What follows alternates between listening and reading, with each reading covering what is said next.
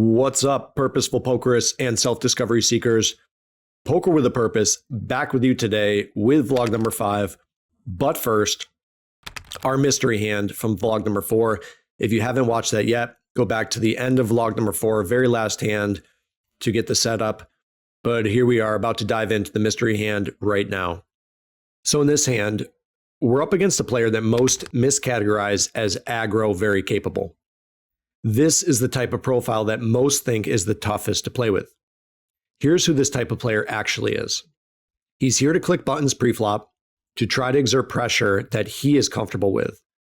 But ultimately, he's actually highly uncomfortable of putting his stack in with air or super light.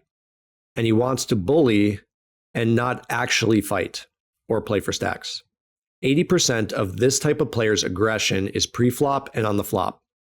He wants to appear mega aggro and push around soft regs and soft casuals that make up 98% of these games. But when someone pushes back for stacks, he's done. Ultimately, he wants to win smaller pots by taking dead money and use that rep to get players to stack off light versus him when he's piling in. How we exploit this player type is by attacking him for stacks where he's doing his button clicking pre-flop, or we can take him into deep waters post-flop by inducing him to stick around for dead money and smaller value by betting on early streets with sizing that spikes his curiosity, aka we look weak, and then pile in money specifically on the river as a bluff and when he's attached to the pot for value. So 4-bet pre-flop is definitely in his wheelhouse, especially as he sees me as a capable reg who isolates weak opens all the time. Combined with his jittery energy, inability to settle, and telling us over and over to believe that he's strong, we know that he's severely capped and turning something into a bluff. Likely range is ace-x suited, broadways up to ace-queen, and pairs up to 9s and 10s. I chose to just flat pre in order to not open up another round of betting, as our hand isn't that strong, and we want to remain deep stack post-flop. Now, on the flop, he remains disconnected, becomes more jittery and sad, then brings the please don't bet eyes to me, which tells me that he missed the board and has a very marginal hand at best. Something like ace or king high with backdoor draws, pairs that cannot call 3 streets, something like that. I bet about 40% a pot, and this line I'm taking will work both for value and with bluffs, because he's either going to float or get fighty for a street and raise, both options without a plan to do anything if I continue on with the hand. Ultimately, he's always calling here to give up on later streets unless he improves, or if we give him a great price to call down. So the turn is a brick, and his energy stays exactly the same. Now, I sized up a bit here, but still not big enough to take him outside of his comfort zone and force him into a fold. This is where, if he was a higher level player, he would have picked up on the fact that I likely have a strong value hand, because the sizing is setting up a clear river jam. I have like less than 3/4 pot behind after he calls. Now the river is a brick and I jam. In a vacuum, it looks like the right decision, but it's not. He was never calling turn to call river. His lack of energy, like air out of a balloon, let me know that clearly.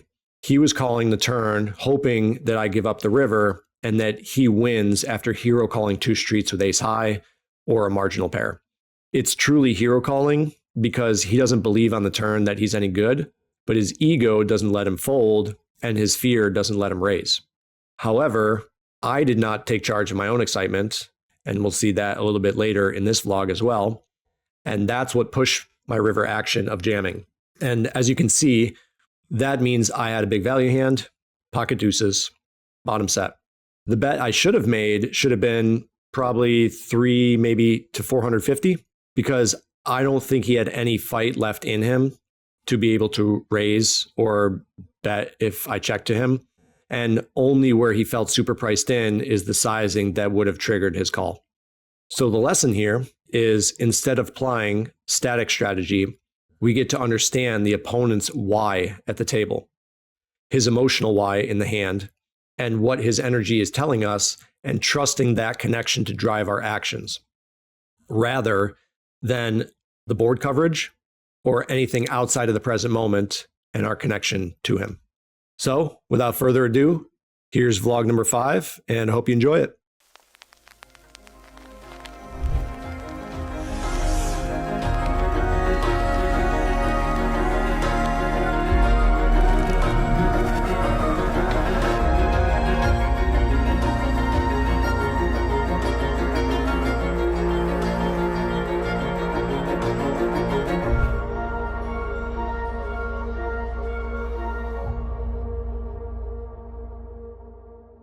What's up, guys?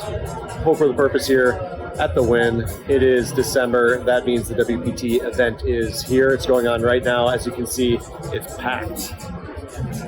We've got day 2 of the $800 $1 million guarantee going on right now. The $5 million guarantee starts next week. We've got cash games at every limit going on right now. 1-3. All the way up to 25-50 private game. 10-20-20 is the highest non-private game, and I think it's 25-25 PLO, but it's packed here. The atmosphere is great.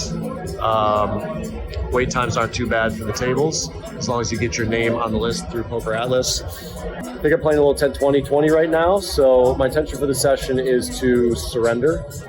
Let everything come to me, just enjoy being present, be patient, and trust that when the moment comes, my intuition will tell me the right play. And then the second intuition is to just play, have fun, be curious in the moment, take my time, really enjoy every experience that poker has to offer, and let's see what happens. So in this first hand, we see C1 is going to open, and then seat 3 is going to 3-bet to 200. So why do we attack this? What's the dynamic here in this game? Everybody is playing safe, risk-free poker. The connection to both players tell us neither is energized, intense, or settled enough to want to fight. And the 3-bet makes this squeeze 100 times easier than if I'm just squeezing over an open. The original opener isn't privy to the info that we have, so when he's facing our 4-bet, even if he thinks that I might be full shit, ultimately he's going to be worried that what if the 3-better wakes up with a real hand and being stuck between me and the 3-better. So we know that this 3-bet was done to isolate the opener, and that's it. Ultimately, the original opener is folding everything up to queens, ace, queen, ace, king in this spot.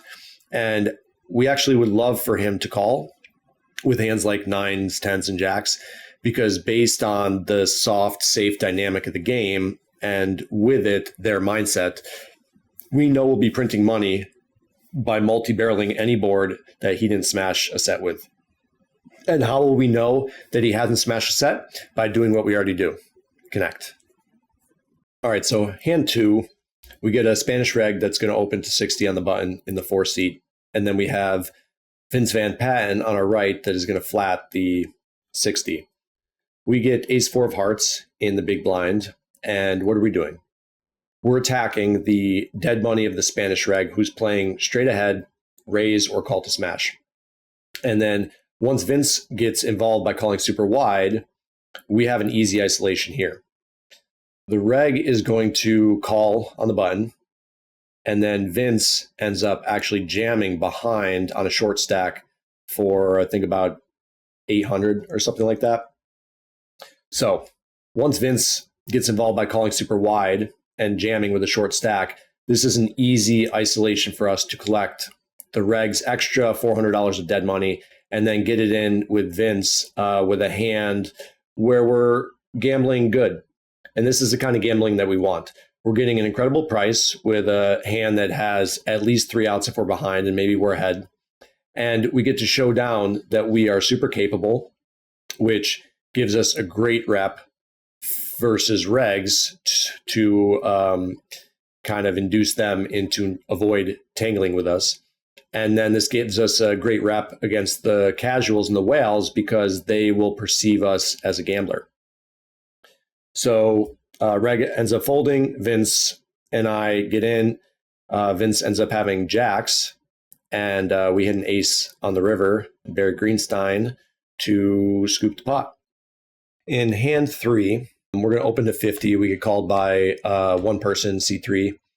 And the flop's going to come king, 10, 9 with 2 clubs. So wet board and all 3 overcards, and we have pocket 6s. And this is an example of just stepping through resistance on a wet board that completely whiffs us. The fearful instinct is to give up because the alternative seems that we'll have to likely double or even triple barrel. However, that's not our game. Our game is to connect and assess how the opponent feels about his holdings, not what does he actually have. And this opponent is telegraphing to us that he isn't excited by the board whatsoever, and he has given up before the hand even started. So this information is available to us readily every hand, and it's up to us to tune in. So for me, what's the question that works every time like a charm? Anytime I get in the space of, I'm not sure if I should go for it or not. And the question is, what am I resisting? This question will illuminate instantly the fearful thought that's in the way of us making the intuitive action. Whatever we resist, we get to step through and embrace whatever outcome happens. In this instance, I heard clear as day, I don't want to bet on a wet board and I have no connection to, and then I have to invest more if I even get called, and I really just want to play this hand safe. So what am I resisting? Risk, losing more chips, making a, quote, bad bluff, unquote. So then we get to bet with confidence and follow through with as much as necessary to create the outcome that we choose. All right, hand 4, we have a high stakes, capable female reg on our left that opens to 60 under the gun. Seat 1 is going to call, very assy call, just calling to see a flop type thing. And we get pocket kings in the big blind. So we're going to go ahead and squeeze here to 300. And we're going to get called by the reg on our left. And what I noted in the pre-flop behavior is that this is like, I'm calling to see a flop, calling to smash a hand. This isn't like I have anything big. This is like, I want to see what happens and hopefully connect and go from there. So the flop comes king, jack, 7, rainbow. We flop top set. And the interesting thing about this hand is that I didn't acknowledge or embrace how excited I was. And I let that excitement speed up my monkey mind into betting my hand value rather than betting based on what the opponent is willing to call. So I bet 200 on the flop, she calls, and her lack of energy after the flop hit told me everything. Said, I have a very marginal showdown value hand, so please don't bet. And that means that we get to bet just enough to either spike her curiosity or even better, induce her into a fight. So the turn bet should have been somewhere between 200 and 300. And as you can see, I overbet and she just instantly folds. And this is why it's important to connect to our opponent and connect to what their behavior is telling us, because that informs what we do. And when we get out of alignment and do what we want to do based on the thoughts in our head, then it doesn't work and we get the result that we don't want, which is her folding when we have a hand. All right, so this next hand is a very interesting one, and it's for sure to get the peanut gallery talking. So we have C3 opening to 60. We got seat 5 on the button is going to 3-bet to 200. And we get ace king in the small blind, and we're going to 4-bet to 800. So the first interesting part is that when it gets back to seat 3, he's going to 5-bet to 2000. Now, what I noticed based on my connection to him is that he was pretty flat. He was pretty disconnected from his hand. You can see that he's pretty jittery. He's moving around a bunch here, swaying side to side. I can tell that it's taking him a lot to work himself up to making this play.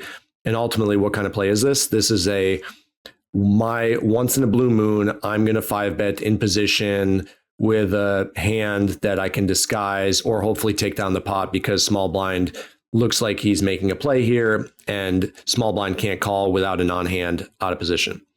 So that's the type of play he's making. And we know that based on his behavior and our connection to him.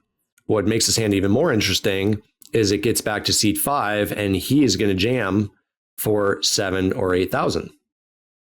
So this is a spot that is a standard call across the board for the entire poker world, but not for us.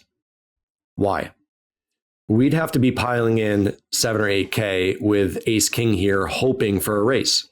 And as we've watched throughout this vlog so far, we are literally the deciders based on this table dynamic of everybody playing safe and protecting their stack, and based on our connection to our opponents, when and how much value we get to extract and when we want to step on the aggression pedal. We get to choose. So why would we do this player in C5 a favor and get it in as a flip, maybe, for a 15K pot? I get it. The dead money in this hand makes it a profitable call. But when we can collect dead money and value without any risk for sizable amounts, why would we all of a sudden turn this into a bingo game when that's not the dynamic? So this is where mental and emotional discipline comes in. Ultimately, I wasn't resisting calling. I wasn't resisting folding. I just made the decision that was most aligned for me in the moment that my process told me to make. And I made it based on the knowledge of how easy this is for me to print money in this game with this dynamic against these opponents. Next hand, we get King, Queen of Diamonds in the hijack. We're going to open to 50. We get a reg calling on the button for 50. This is a very capable reg. He's always 3-betting with hands that are the premium type hands. So anytime he flats, this is like I don't have anything. I'm just trying to see a flop. And then we get big blind to come along as well. Flop comes Queen, 3-3 rainbow. And I see that both are disconnected from the board. Neither of them had any type of excitement spike when the flop hit. So we check back because our connection to them allows us to check back because we know that we have this board locked up and we actually want them to catch up a little bit. It's an unorthodox play, and I could have maybe bet tiny to spike curiosity from ace high or backdoor or straight flush draws. We can go either way. And I actually do like a really small bet here in hindsight. Now on the turn, the big blind is going to lead 150, and we see that he is not settled in, that he's disconnected, and the bet is telling me, I want you to believe that I'm strong and comfortable. So we can see that he has a non-hand or a draw, and our hand looks full of shit. So we're going to raise here to 500, and we're attacking this hand that is starting to catch up from him. Now on the river, which is a 9, Queen, 3-3, Jack, 9, we get to size down here. I got a little excited and went too big based on the thought of my hand looks full of shit and I want him to look me up light. But ultimately, we could see he is not fighting for this pot. The fight energy, his fight energy, or his like that look that players give you where it's like, I am attached to this pot and I'm going to look you up. It's simply not there. So I bet based on the thought of, man, I want him to think I'm full of shit and I want him to look me up. But ultimately, he never got engaged enough to fight for this pot, and he just doesn't have a hand to call us off. You can see he folds pretty quickly. So we just get to bet something smaller like 200-300 and make our hand either look like it can't stand pressure and get him to raise, or he looks us up light. In hand 7, we've got a PLO double board bomb pot. This is a $100 ante from every player. And then there's 2 boards, and we chop the pot in half. One person wins top board, one person wins both board. And obviously, the goal of this game is to try to win both boards. So this is PLO.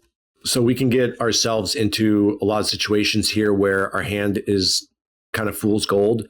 It can be really easy for us to think that our hand is good, or think that our hand is a hand that we should be betting, especially on the early streets.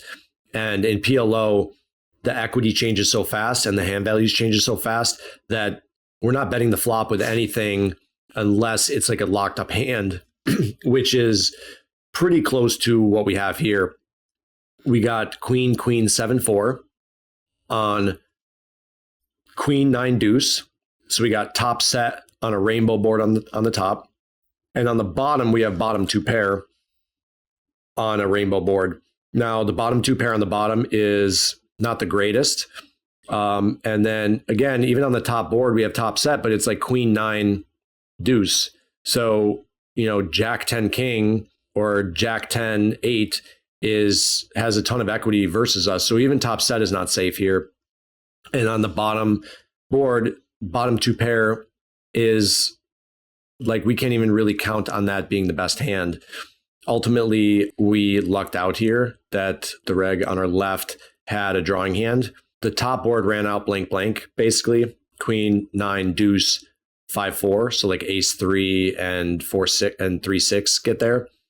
And then the bottom board came 10-7-4, a deuce, so no straights on the turn, and then the river came a 10. So our bottom 2 pair gets counterfeited. We end up with queens and 10s. But even this hand, kind of the runouts like worked out in our favor. So we end up getting 2 streets of value from this hand.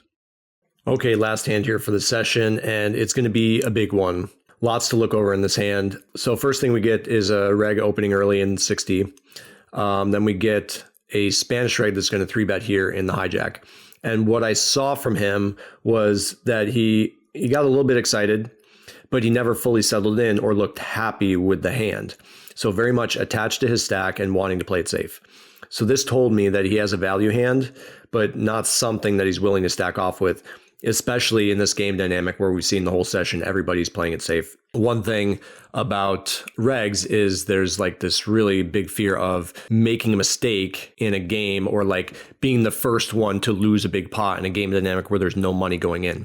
So that is like the attachment to stack that's happening here. So even when they get a hand like this, some type of value hand where they're semi-excited, I felt from his behavior that the range was about like 9s, 10s, jacks, ace queen offsuit, or ace jack suited. So even though those are good hands in a vacuum, when a player isn't willing to play for big money without hitting the top of his range, that's 2 pair plus, we are putting money in these situations, especially playing in position, and then especially with our edge of being able to connect to their behavior and energy. So he calls us, and we're going to see a flop, and this is going to be a great example of one of my current leaks, which is getting too excited over the strength of my holdings, not acknowledging that excitement, and not grounding that energy throughout my body. And as a result, I'll disconnect from my process, and with it, I disconnect from the opponent. So think about your own hands that you play. How often have you hit a big hand and everything else stops mattering to you other than 2 thoughts? How can I get the money in? Or if I get raised, I'm never folding here. So as you can see, we flop trips. So we basically go from having a non-hand and I'm facilitating his desire to play it safe by forcing him to play a big pot when he doesn't want to now I have trips and I have the best hand because based on my connection to him on the flop, I saw that he didn't get any more excited than he was. He had no excitement spike on the flop. So that means he doesn't have kings and he doesn't have pocket 10s. So now we go and we have the best hand. So now the mindset changes to how do we get the most money in? And as I said, getting that excited had me disconnect from the process. So I saw that he was no excitement on the flop and I bet and he gets called, I call. And then on the turn, Jack comes in and now I'm disconnected from the process. So I bet 600 to target the range of hands that I'm beating here, which is basically like 9s, occasionally queens, ace jack, everything else kind of hit. So it's a very small range that we're targeting. But when he check raises me, I was completely taken off guard. On the turn, my own attachment to my hand had me see what I wanted to see of him, when based on all the other visual and kinesthetic information that he gave us, we're beat. So that's my next step, is to truly embody the knowledge that my hand, our hand, only matters in relation to our opponent's holdings and how he feels about that. And so on the river, we end up getting bailed out and we hit a effectively top boat here. I know King 10 and King Jack are bigger boats, but effectively, because we know that he didn't have a king on the flop, King 7 is effectively the nuts here. So we end up rivering the effective nuts, and Spanish reg is going to jam 4,700. I'm going to take a second here just to make sure that I am connected to him and I see what I saw, but we call and we ship a big one to end the session. But again, this shows the importance of the process and the importance of staying connected to our opponent, because ultimately his behavior and how he feels about our hand informs all of our decisions. And anytime that we let excitement take over, we let thoughts take over that are not in the present moment, thoughts that come up from the past, hands that we played, thoughts that come up from the future, thoughts that come up about how excited we are about the hand. Anytime those thoughts take over, it disconnects us from what our intuitive mind is telling us in the moment, which on the turn would have told me, hey, you're beat, dude. But because I saw what I wanted to see based on the cue from my excitement, I end up calling, we get bailed out and win a big pot. But this, I just want to stress the importance of the process, or whatever process you use. The process is the most important thing. So we end up winning a big hand at the end to end the session, which of course always feels good. But again, I get to be objective about how I'm playing, which is major disconnect from the process here at the end, which could have gone the other direction had I not got bailed out by the card. So get to go back to the drawing board, to the process, and note what had me disconnect there and improve for the future. Thank you all for watching. The takeaway I'd like to leave you with for this vlog is not every session is going to be a home run. You know, I know that there's a side of me that loves to prove himself, that wants to win big pots, that wants to make big plays, that wants to have every session be a big winning session so I can go home and feel good about myself. But ultimately, when I operate through that side of the table, especially in games like this where there's not a lot of money going in, it's a lot of regs, there's not a lot of action happening, that this side of me comes out and it's like, okay, well, I need to make something happen because nothing's happening. And ultimately that side is driven by dissatisfaction. I don't like how I feel right now, and I don't like what's happening right now, so I'm going to try to do something to make it better, to make myself feel better. And ultimately when I operate through that side, I get the reflection, which drives me to create more of what I feel inside, which is dissatisfied. So when we operate through dissatisfaction, we'll ultimately create more dissatisfaction. So the shift is being present, being abundant, being grateful. I love just being present, playing this game, connecting, enjoying the process. And when we operate through gratitude and the abundance of everything is great right now, I feel great about myself, I let go of results because ultimately I feel really good about myself and I love myself, and it doesn't matter what happens today, win or lose, I'm still gonna love myself. When we operate from that place, we're in the flow and everything comes to us. We let go when we need to let go. We risk when we need to risk. And ultimately, because we're detached from results, we get to do what the moment calls for, and that's how we create extraordinary results. So thank you for watching. Can't wait to show you vlog 6, and I will see you soon.